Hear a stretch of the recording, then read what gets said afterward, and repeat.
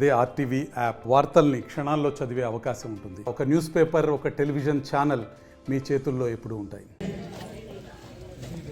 వీళ్ళు ఈ ప్రభుత్వం చేసే అరాచకం భరించలేక కియా మోటార్స్ ఎక్స్పాన్షన్కి వాళ్ళు గుజరాత్కి వెళ్ళిపోయారు. అక్కడ చాలా డబ్బులు పెడుతున్నారు. దానికంటే కూడా యువకులకి ఉద్యోగాలు కల్పిస్తున్నారు. అన్నిటికంటే ముఖ్యంగా యువకులకి ఉద్యోగాలు లేకుండా పోతుంది. మన రాష్ట్రం అంధకారంలో పడేశారు.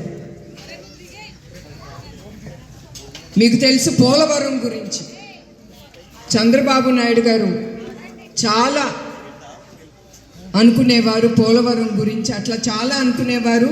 నది అనుసంధానం గురించి కానీ, పట్టిసీమ గురించి కానీ. దాంట్లో ఒకటి ఆయనకు ప్రియమైనది పోలవరం. ఆయన 5 సంవత్సరాల్లో 72% అవజేశారు. కానీ అక్కడితో ఆగిపోయింది ఈ ప్రభుత్వం వచ్చిన తర్వాత.